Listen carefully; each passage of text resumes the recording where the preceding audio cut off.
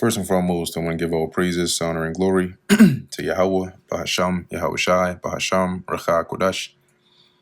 Double honors to the elders and the apostles of Great Millstone, and peace and blessings to the elect. And today we're going to go into the book of Matthew, the 25th chapter. And this deals, well, at least the first part deals with the parable of the 10 virgins, okay, which is a representation of, Israelites, right? But you have the five wise, which represent the elect, right? And you have the five foolish, which represent those that are of the non-elect, right? Which include false teachers and, really disbelievers, right? Because they don't fully really believe at the end of the day. But let's get into it. So it says here, then shall the kingdom of heaven be likened unto 10 virgins, which represent Israelites, which took their lamps and went forth to meet the bridegroom. And the bridegroom is Yahushai. And 5 of them were wise, which represent the elect, and 5 were foolish. They which were foolish took their lamps and took no oil with them. So the oil represents the full understanding of the truth of the doctrine, the correct understanding of it. Okay, that's the oil. And that because that's what's going to also help your lamp continue to burn and give you what? Light. But the wise took oil in their vessels with their lamps. While the bridegroom tarried, they all slumbered and slept. And so the bridegroom tarrying was Yahushai when he went back to the spirit world, because he really brought the oil to us, right? And so the wise took it and it stayed with them.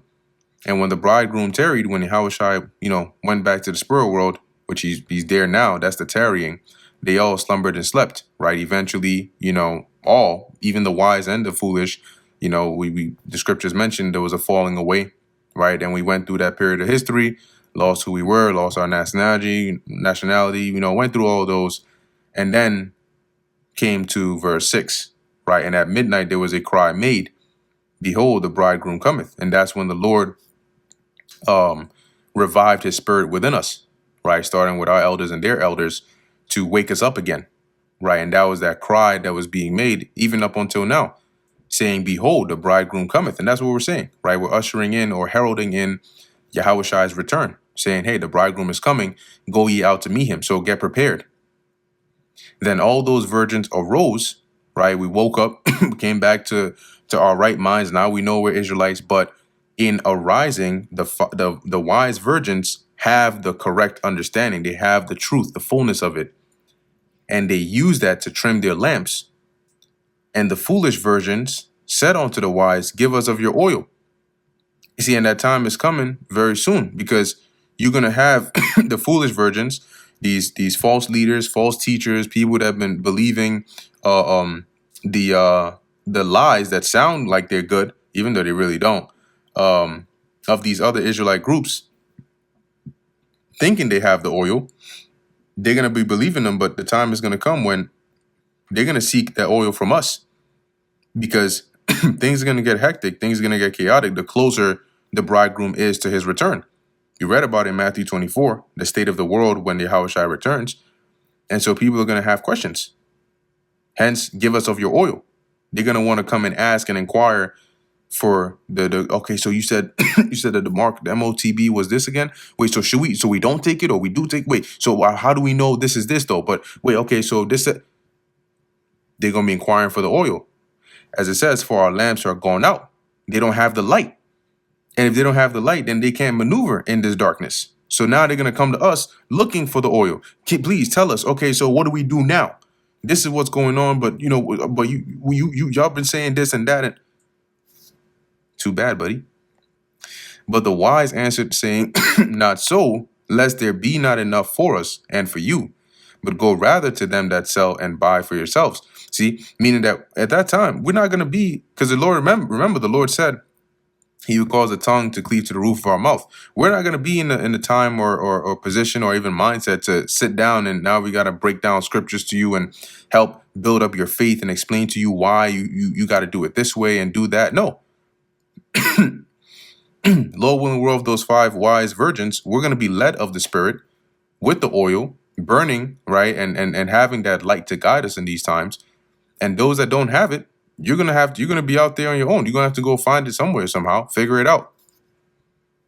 And while they went to buy, the bridegroom came, and they that were ready went in with him to the marriage. And what's the marriage? The union, right?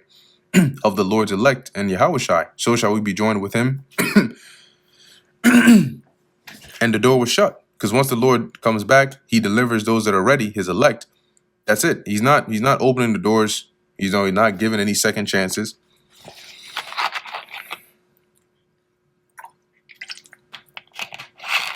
And afterward came also the other virgins, saying, Lord, open to us. See, and that's where you have the, oh, Lord, Lord, have we not prophesied in your name and in your name cast out devils and done this and that and the third? And what's the Lord going to say unto them? But he answered and said, verily I say unto you, I know you not.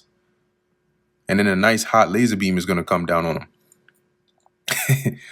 them. Watch therefore, for ye know neither the day nor the hour wherein the Son of Man cometh. For the kingdom of heaven is as a man traveling into a far country, who called his own servants and delivered unto them his goods.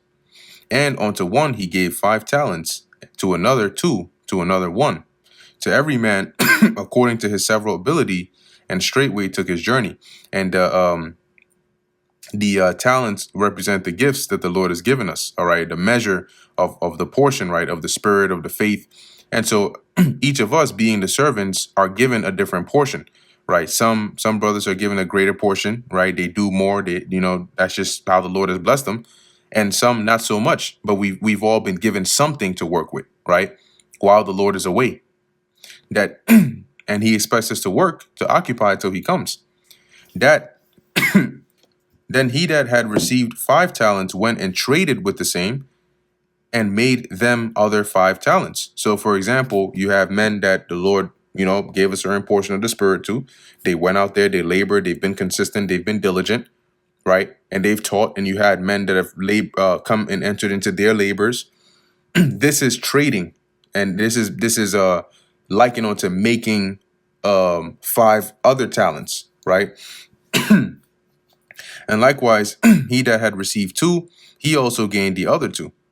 But he that had received 1 went and digged in the earth and hid his Lord's money. So the gift he was given, he didn't use it. It just stayed with him. After a long time, the Lord of those servants cometh and reckoneth with them. And so he that had received 5 talents came and brought other 5 talents, saying, Lord, thou deliverest unto me 5 talents. Behold, I have gained beside them 5 more talents, right? So the Lord would see, look, this is the labor that you've done. This is the effects of it, such and such. Okay, good, nice. I'm going to bless you. His Lord said unto him, well done, thou good and faithful servant. Thou hast been faithful over a few things. I will make thee ruler over many things. See, and then they're going to have a certain level of dominion and rank and authority in the kingdom. Enter thou into the joy of thy Lord.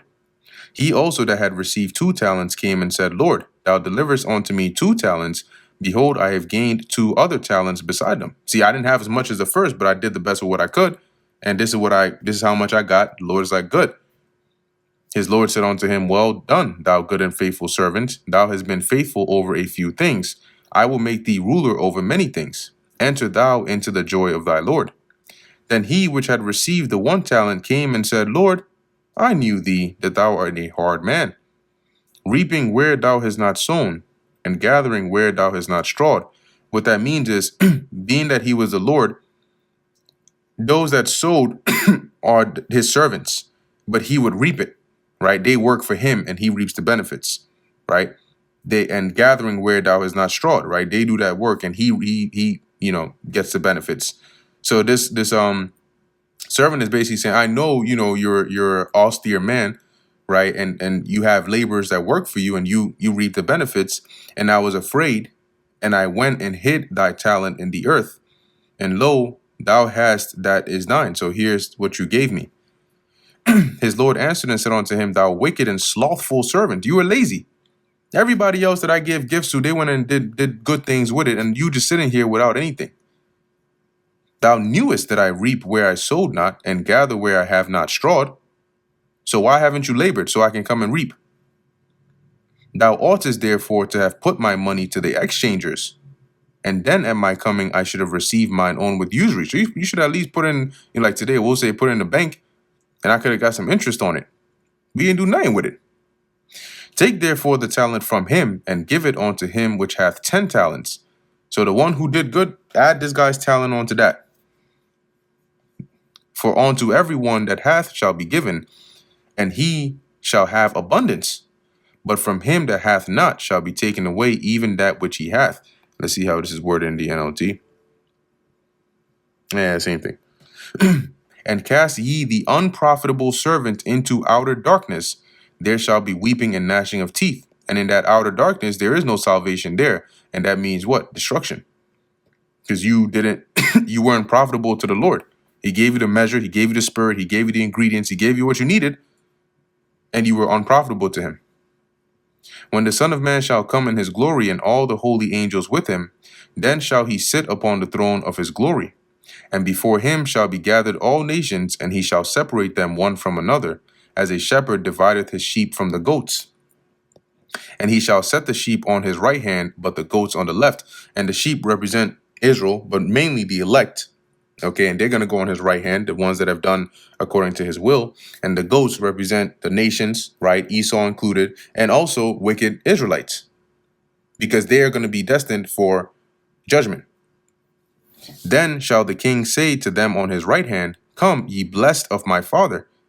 See, and he's not going to say that to every Israelite, because not all of them have done things worthy to be blessed of the Father. Inherit the kingdom prepared for you from the foundation of the world. And they're going to do that through salvation. For I was an hungered, and ye gave me meat. I was thirsty, and ye gave me drink. I was a stranger, and ye took me in. Naked, and ye clothed me. I was sick, and ye visited me. I was in prison, and ye came unto me.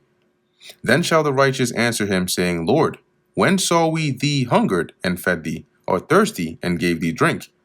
When saw we thee a stranger, and took thee in, or naked, and clothed thee?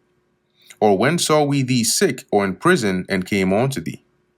And the king shall answer and say unto them, Verily I say unto you, inasmuch as ye have done it unto one of these least of my brethren, ye have done it unto me. So you did it unto the believers, your brothers, you took care of them and all that. What you did for them, you did unto me.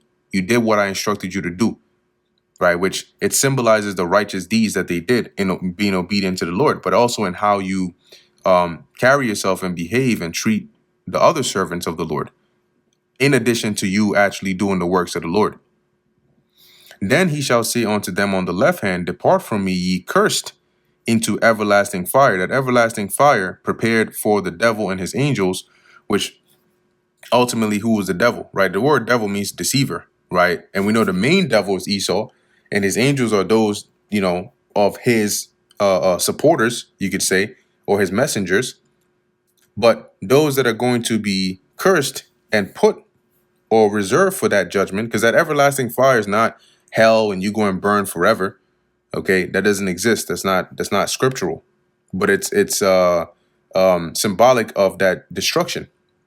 Okay, and the main part of that destruction in that time of separation will be the second death. So in there, you're going to have those that are destined for judgment. That is going to include wicked Israelites. There's going to include Edomites. It's going to include some heathens, because not all the nations are going to be destroyed. Not every heathen is going to be destroyed. Not every Edomite is going to be destroyed. But there's a good portion of them that will be, that are reserved for that judgment. For I was an hungered, and ye gave me no meat. I was thirsty, and ye gave me no drink. I was a stranger, and ye took me not in. Naked, and ye clothed me not. Sick, and in prison, and ye visited me not. Then shall they also answer him, saying, Lord, when saw we thee an hungered, and athirst, or a stranger, or naked, or sick, or in prison, and did not minister unto thee? Then shall he answer them, saying, Verily I say unto you, inasmuch as ye did it not to one of the least of these, ye did it not to me. See, and you don't want to be guilty of that, right? You want to be on the right hand side, because the Lord is looking at everything you do, how you treat others, how you treat his word, how you treat your fellow servants. And you could start off thinking you're those that will be on the right hand of the sheep, and then end up on the left hand with the goats, because you took a wrong turn. And you decided to beat the men servants and decide your Lord was delaying his coming, and to get drunken with those in the world. And now look at you. And you don't want that.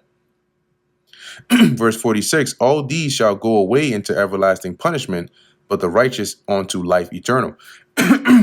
Everlasting means for a period of time. And that's the judgment that they're going to suffer.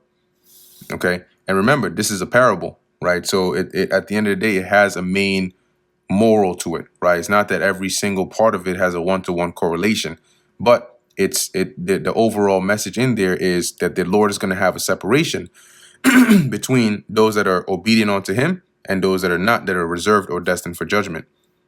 And that brings us to the end of the book of Matthew, the 25th chapter. Lord willing, that was edifying to the elect. In closing, I want to give all praises, honor, and glory to Yahweh, Bahasham, Yahweh Shai, Bahasham, Recha Kodash. Until next time, Shalom.